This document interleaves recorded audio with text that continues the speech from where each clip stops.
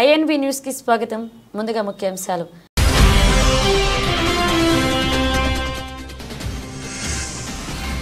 బడ్జెట్లో తెలంగాణకు కేటాయింపులు జరిగాయి. కీలక విషయాలు వెల్లడించిన కేంద్ర మంత్రి.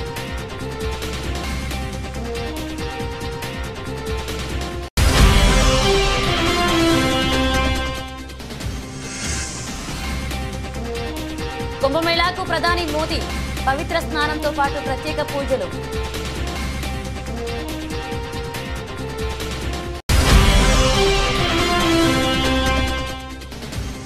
విద్యా వ్యవస్థపై ప్రధాని మోదీ సంచలన వ్యాఖ్యలు.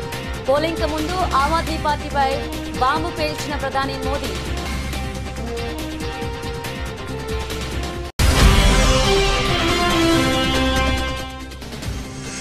హైడ్రాపై దానం సంచలన వ్యాఖ్యలు.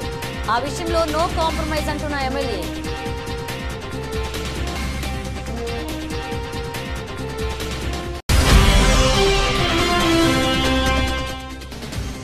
ట్రంప్ మోదీ బిగ్ మీటింగ్ కు రంగం సిద్ధం. ప్రధాని అమెరికా టూర్ షెడ్యూల్స్ ఫిక్స్ చేసిన అధికారులు.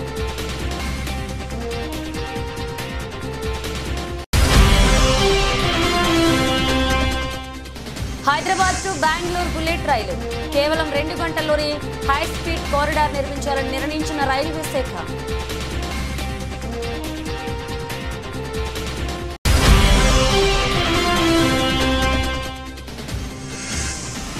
బ్యాటింగే చేస్తానంటే సరిపోదు, అభిషేక్ కు హర్భజన్ వార్నింగ్.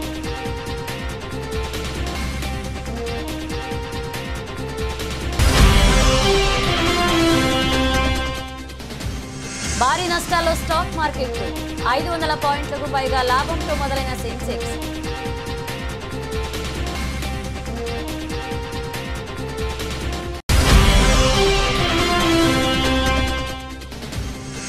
అందనంత ఎత్తుకు పసిడి. తెలుగు రాష్ట్రాల్లో 84,000 దాటేసిన బంగారం.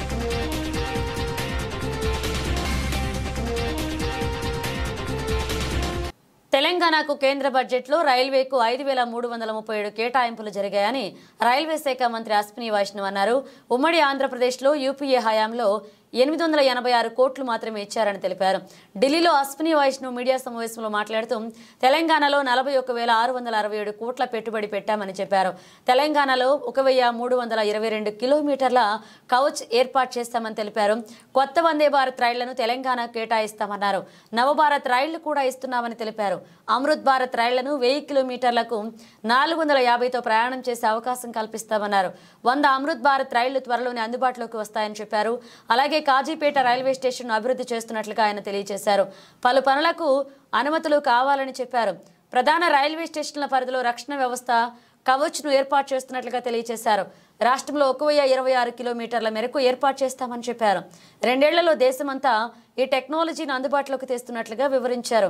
సికింద్రాబాద్లో కౌచ్ సెంటర్ ఫర్ ఎక్సలెన్స్ ఏర్పాటు చేస్తామని అన్నారు. ఏపీలో రైల్వే అభివృద్ధికి 9,417 కోట్లు కేటాయించామని అశ్విని వైష్ణవ్ చెప్పారు. యూపీఏ హయాంలో కంటే 11 రెట్లు అధికంగా నిధులు కేటాయించామని తెలిపారు.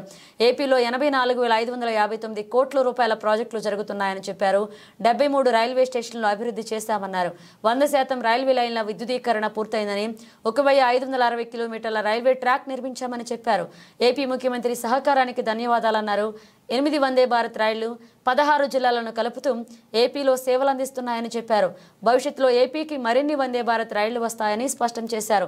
దేశవ్యాప్తంగా 110 కిలోమీటర్ల వేగంతో వెళ్లేందుకు ట్రాక్ను సిద్ధం చేస్తున్నామని తెలియజేశారు.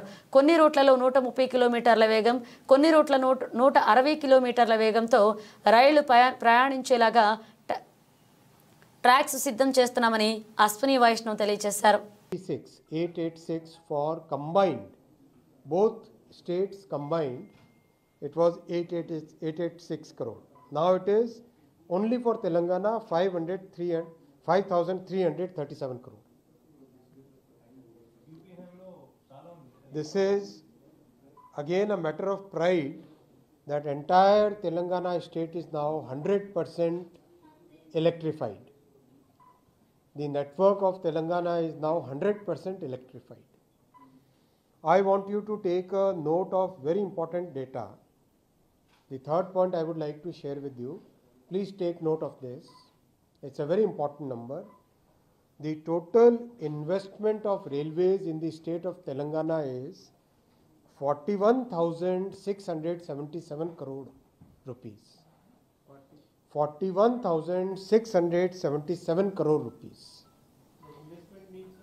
Investment means investment in new railway lines, in electrification now completed already, but some lines will be upgraded. Then new stations to be done, new workshops being upgraded, Kazipet station, Kazipet production unit being created, upgraded, being set up. So combined all that total investment is 41,677 crore rupees. Most railway projects have a time period, land acquisition, permits, forest approvals, then comes the construction phase. So this is the investment being done for the projects which are sanctioned as on today. This will obviously, as projects get completed, this amount will reduce, and more projects get added, this amount will increase, right? Telangana takes the lead in installing Kavach because most of the testing and development work is being done in Secunderabad, where the center of excellence for Kavach is located. Center of excellence for Kavach is located in Secunderabad. So in Telangana, 1,326 kilometers of Kavach will be installed. So that 1,326 kilometers.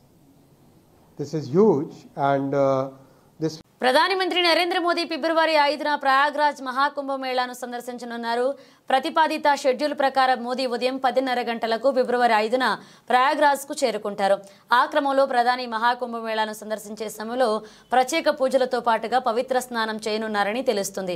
ఆయన ప్రయాగ్రాజ్లోని అరయిల్ ఘాట్కు చేరుకుని అక్కడి నుంచి గంగా, యమున, సరస్వతి నదుల సంగమ స్థలమైన సంగం వద్ద పడవ ప్రయాణం చేస్తారు. ఆ క్రమంలో అక్కడి పవిత్ర సంగమ నదుల్లో ఆయన పవిత్ర స్నానం చేయనున్నారు.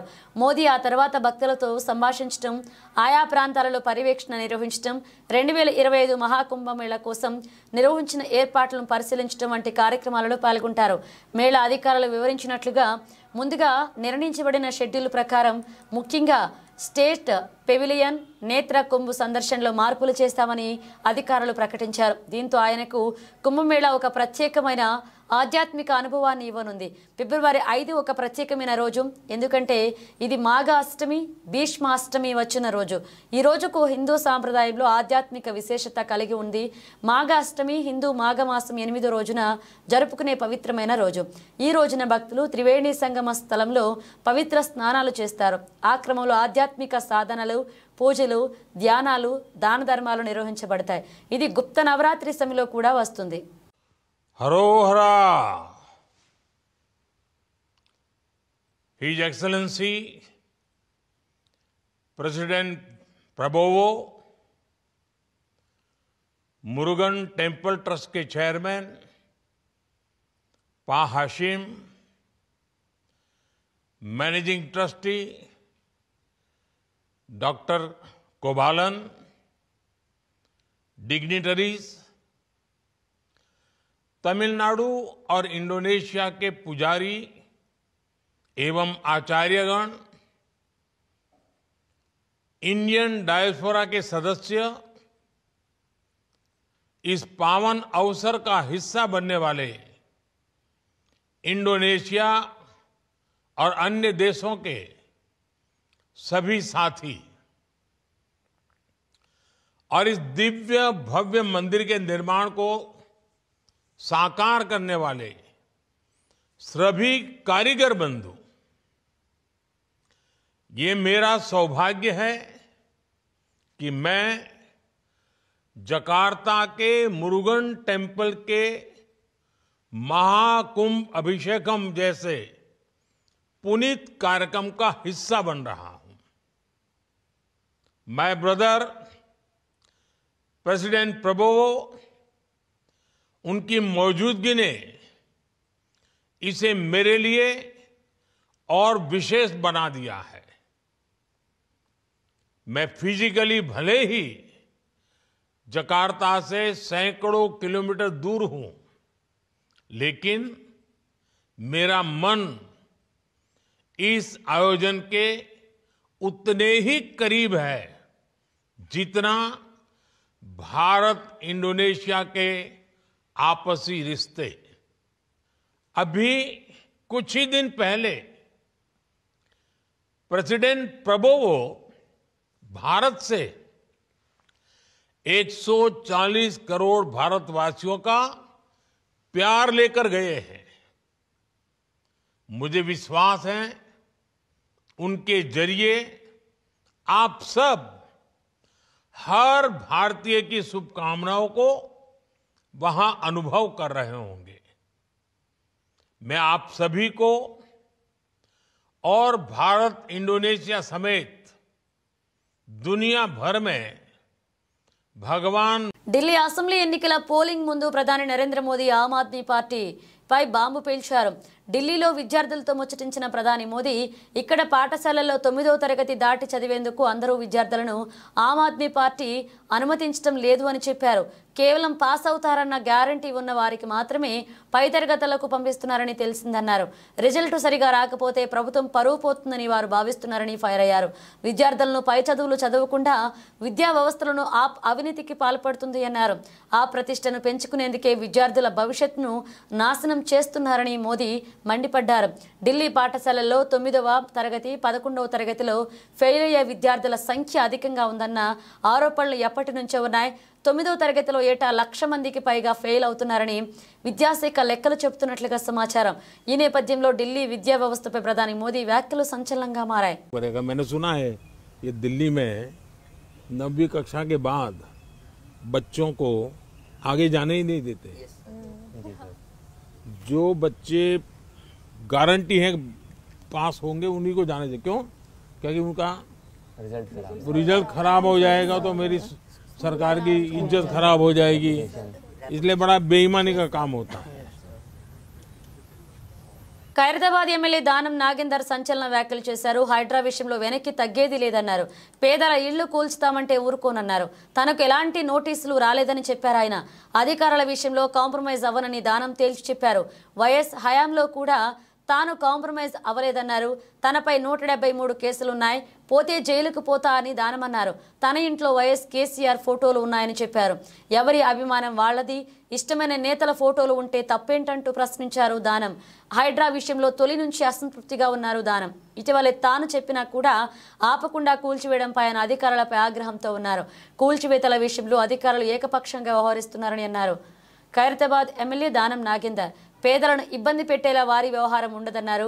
కూల్చివేతలు చేపట్టాలని భావిస్తే ముందు ఓల్డ్ సిటీ నుంచే మొదలు పెట్టాలని ఇటీవలే ఓ మీడియాతో మాట్లాడుతూ అధికారులకు సవాల్ విసిరారు. ఈ అంశంలో తమకు నిద్ర లేకుండా పోయిందన్నారు. కొందరు అధికారులు తామే సుప్రీం అన్నట్లుగా వ్యవహరిస్తున్నారని ఆరోపించారు దానం నాగేందర్. అధికారులకు పూర్తి స్వేచ్ఛ ఇస్తే ప్రభుత్వాలు నిలబడవన్నారు. అధికారులు ప్రభుత్వం కంట్రోల్లో ఉండాలని, ప్రభుత్వ నిర్ణయాలకు తగ్గట్టుగా నడుచుకోవాలని అభిప్రాయపడ్డారు. ఇలా ఖైరతాబాద్లో అయిందని కాదు, రేపు ఇంకో దగ్గర అయితే కూడా వస్తాను నేను. ఎందుకంటే ఇలా చేయకూడదు అని చెప్తున్నాను నేను. అందుకే చెప్పాను, ఇది ఒక పాలసీ డిసిషన్ కింద తీసుకుంటే ఒక నోటీస్ ఇవ్వండి, ఒక పబ్లిక్ నోటిఫికేషన్ ఇవ్వండి అధికారులకు చెప్తున్నాను నేను. మీరు ముఖ్యమంత్రి గారి దగ్గరనో లేకుంటే డిపార్ట్మెంట్ నుంచి ఏదైనా ఆదేశాలు వస్తే నోటిఫికేషన్ ఇచ్చి ఈ ప్రాంతంలో ఇది సెట్ బ్యాక్ ప్రోగ్రామ్ ఉంది అని చెప్పండి. మరి పెద్ద పెద్ద బిల్డింగ్లు నేను చూశాను, నేను అదే చెప్పాను ఆ డీసీపీ గారికి. పెద్ద పెద్ద బిల్డింగ్లు వాళ్ళు సెట్ బ్యాక్ చూపించారు, కానీ దాని పార్కింగ్ కింద వాడుకుంటారు. ఆ సెట్ బ్యాక్ ఇచ్చిన తర్వాత ఏదైతే ప్యాసేజ్ వదులుతారో అది పెడెస్ట్రియన్స్ వాడడానికి మరి నడిచే వాళ్ళకు దారి అది. మరి అదే అక్కడ పెట్టిన దాన్ని ఎక్కడ కూడా గులగొడతలేరు. నేను రోడ్ నంబర్ 46 మొత్తం అదే ఉంది. రోడ్ల మీదే వదలం మాత్రం సెట్ బ్యాక్ వదిలారు. ఆ సెట్ బ్యాక్ ని మొత్తం మేము వాళ్ళ పార్కింగ్ కింద వాడుకుంటారు. నడిచేవాడు ఎలా నడవాలి, అక్కడ ఎవరు చూస్తలేడు. బంజారాయిల్ రోడ్ నంబర్ 1 కానీ 2లో కానీ అక్కడ మెయిన్ రోడ్ మీద ఉన్నాయి. బస్తీలలో ఏం పని అంటుండే. కాబట్టి బస్తీల జోలికి రాకుండా దయచేసి నా కోరిక. నాకేం సంబంధం. ఇప్పుడు కూల్చివేతలు అనేది ఎప్పుడే గాని ఏకపక్షంగా పోకూడదు. ఎందుకు పోకూడదు అంటే నేను చూస్తా ఉన్నాను కూల్చివేతలు ఎక్కడైతే రోజువారీగా. అమెరికా నూతన అధ్యక్షుడు డొనాల్డ్ ట్రంప్ ప్రధాని మోదీ బిగ్ మీటింగ్ కు రంగం సిద్ధమవుతుంది. ఫిబ్రవరి 12 నుంచి 14 వరకు అమెరికాలో మోదీ పర్యటించనున్నట్లుగా తెలుస్తుంది. వైట్ హౌస్ లో 13వ తేదీ ట్రంప్ తో మోదీ భేటీ అవుతారు. అక్రమ వలసదారులు, వీసాలు, సుంకాలపై మోదీ ట్రంప్ మధ్య చర్చలు జరిగే అవకాశం ఉంది. ట్రంప్ రెండవసారి అధికారంలోకి వచ్చిన తర్వాత ఫస్ట్ టైం ఆయనతో ప్రధాని మోదీ సమావేశమవుతున్నారు. అమెరికాకు రెండవసారి అధ్యక్షుడిగా ఎన్నికైన డొనాల్డ్ ట్రంప్ కి ప్రధాని మోదీ ఫోన్ చేసి శుభాకాంక్షలు తెలిపారు. ఈ సందర్భంగా రెండు దేశాల సంబంధాలపై ఇద్దరు నేతలు మాట్లాడుకున్నారు. రెండు దేశాల మధ్య పరస్పర ప్రయోజనకరమైన విశ్వాసపూరిత భాగస్వామ్యానికి భారత్ కట్టుబడి ఉందని ట్రంప్కు తెలిపారు మోదీ. భారత్ అమెరికా ప్రజల సంక్షేమానికి, ప్రపంచ శాంతి సౌభాగ్యాల కోసం కలిసి పనిచేద్దామని ట్రంప్కు వివరించారు మోదీ ట్రంప్ చర్చలపై వైట్ హౌస్ అధికారిక ప్రకటన చేసింది. మోదీని అమెరికా పర్యటనకు ఆహ్వానించడంపై ఈ ఫోన్ కాల్లో చర్చ జరిగిందని తెలిపింది. అలాగే రెండు దేశాల మధ్య పరస్పర సహకారం పెంపొందించుకోవడంపై ట్రంప్ మోదీ మధ్య చర్చ జరిగిందని అమెరికా అధ్యక్ష కార్యాలయం ఆ ప్రకటనలో వివరించింది. దీంతో పాటు అమెరికా తయారు చేసిన ఆయుధాల కొనుగోళ్లను పెంచాల్సిన అవసరాన్ని భారత్కు విజ్ఞప్తి చేసినట్లుగా వైట్ హౌస్ తెలిపింది. పారదర్శకమైన ద్వైపాక్షిక వాణిజ్య బంధాన్ని పెంచాలని కూడా మోదీని ట్రంప్ కోరారు. మరోవైపు రెండు దేశాల మధ్య వ్యూహాత్మక భాగస్వామ్యంపై చర్చ జరిగింది. ఈ ఏడాది తొలిసారి భారత్లో క్వాడ్ సదస్సు నిర్వహణపై మోదీ, ట్రంప్ ఈ ఫోన్ కాల్లో చర్చించారని వైట్ హౌస్ వివరించింది. Today between India and the United States, a very high level of convergence of our interests, and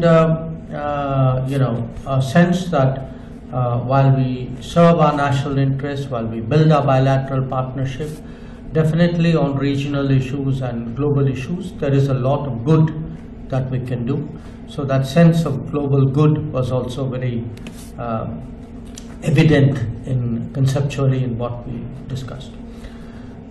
In terms of the bilateral ties, I think now you do understand this was the first day of the administration, so obviously we had a sort of essentially a broad brush conversation, didn't get too deep into details, but there was, I think, an agreement, a consensus between us that we need to be bolder, we need to be bigger, we need to be more ambitious. The interactions between us should be more intensive. And some of the specifics we discussed, we want to promote the ease of building the relationship. That how do you make business, mobility, education, technology, defense security, how do you make it easier to do? Hyderabad వాసులు bullet రైళ్లు ఎక్కే రోజులు ఎంతో దూరంలో లేవు. దేశంలోని ప్రధాన నగరాలను బుల్లెట్ రైళ్లతో అనుసంధానించే భారీ ప్రాజెక్టులో మరొక కీలక అడుగు పడింది. హైదరాబాద్ ముంబై మధ్య 709 కిలోమీటర్ల మేర హై స్పీడ్ కారిడార్ నిర్మించాలని రైల్వే నిర్ణయించింది. ఈ కారిడార్ను బెంగళూరు వరకు విస్తరించాలని భావిస్తోంది. దీంతో పాటు మైసూరు, చెన్నై మధ్య నిర్మించి తలపెట్టిన హై స్పీడ్ రైల్ కారిడార్ను కూడా హైదరాబాద్ వరకు విస్తరించాలని యోచిస్తుంది.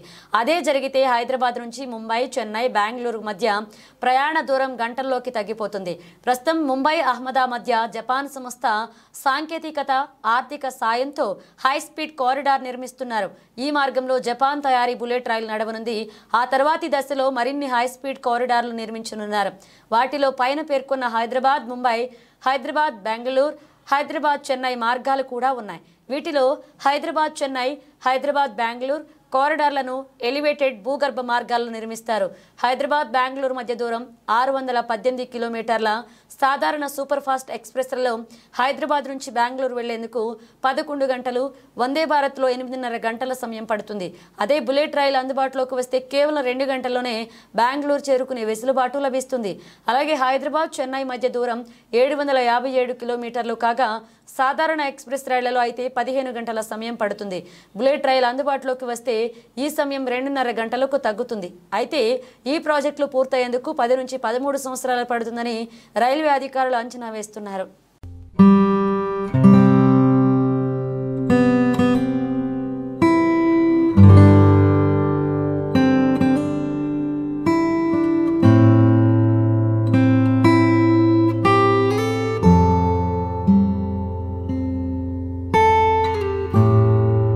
భారత young opener Abhishek Sharma super సెంచరీతో ఓవర్ నైట్ హీరో అయిపోయాడు.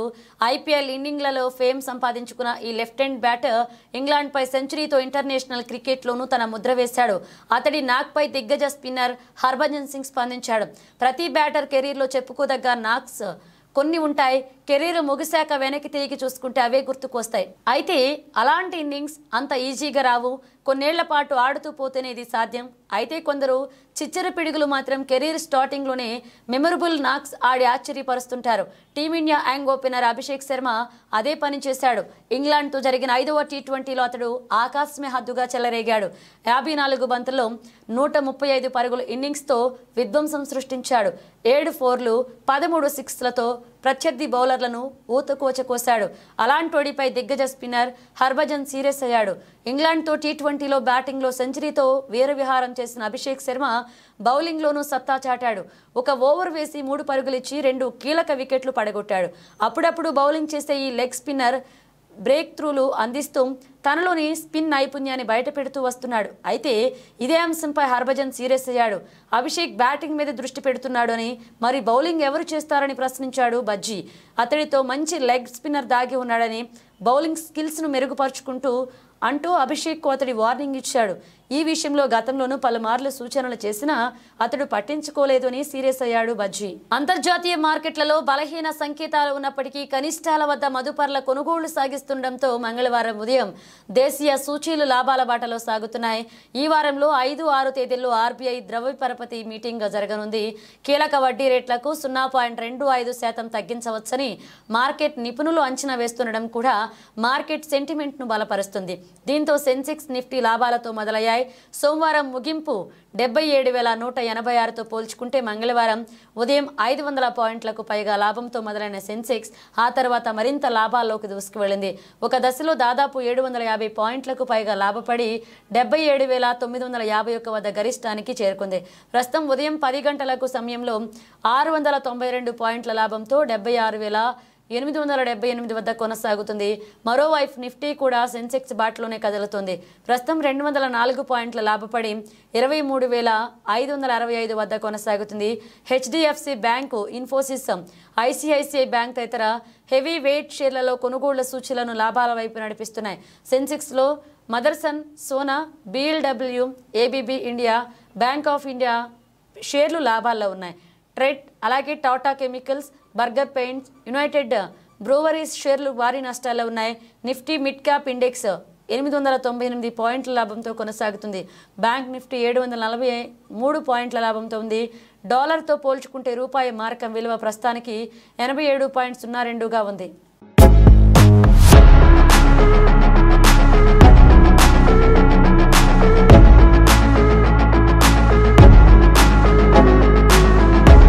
బంగారం ధరలు భారీగా పెరుగుతూ పోతున్నాయి. ఆకాశమే హద్దుగా పసిడి ధరలు దూసుకు వెళ్తున్నాయి. గోల్డ్ ధర ఏకంగా 1,00,000కు చేరువవుతుంది. దీంతో అటు పసిడి ప్రియులకు కొనాలి అంటే బగ్గమంటున్న ధరలతో చుక్కలు కనిపిస్తున్నాయి. ప్రధానంగా హైదరాబాద్ సహా తెలుగు రాష్ట్రాల్లో gold rates all time record స్థాయిని తాకడంతో సామాన్య మధ్యతరగతి ప్రజలు ఆందోళన వ్యక్తం చేస్తున్నారు.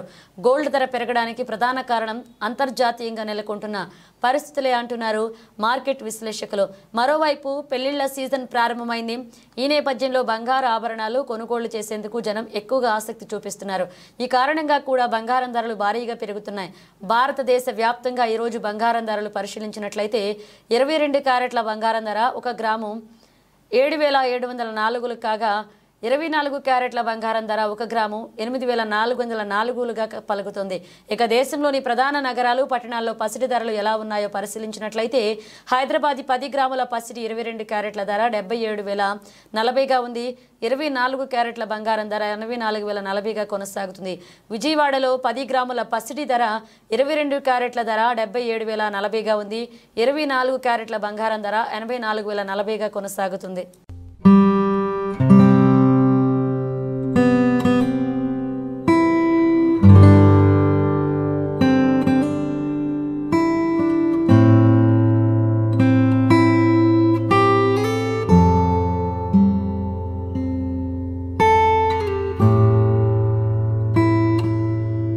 బులెటిన్ ముగించే ముందు హెడ్లైన్స్ మరోసారి.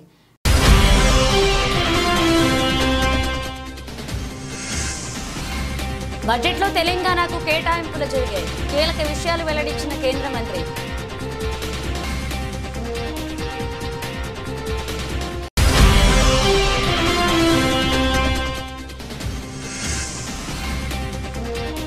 కుంభమేళాకు ప్రధాని మోదీ పవిత్ర స్నానంతో పాటు ప్రత్యేక పూజలు.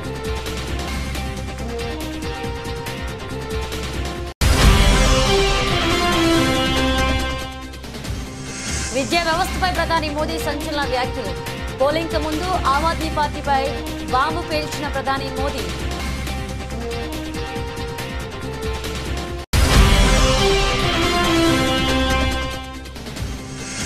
హైడ్రాపై దానం సంచలన వ్యాఖ్యలు. ఆ విషయంలో నో కాంప్రమైజ్ అంటున్న MLA.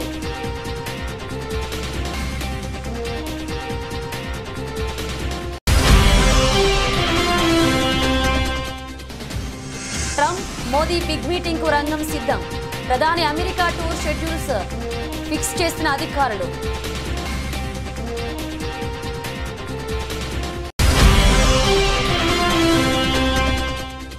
Hyderabad to Bengaluru bullet రైలు కేవలం 2 గంటల్లోనే హై స్పీడ్ కారిడార్ నిర్మించాలని నిర్ణయించిన రైల్వే శాఖ.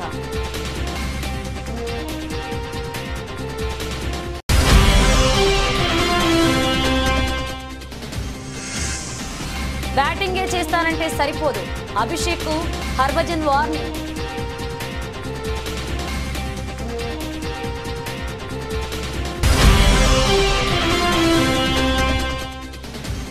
భారీ నష్టాల్లో స్టాక్ మార్కెట్లు.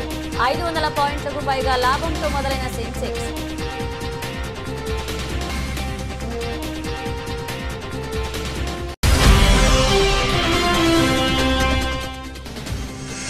అందనంత ఎత్తుకు పసిడి. తెలుగు రాష్ట్రాల్లో 84,000 దాటేసిన బంగారం.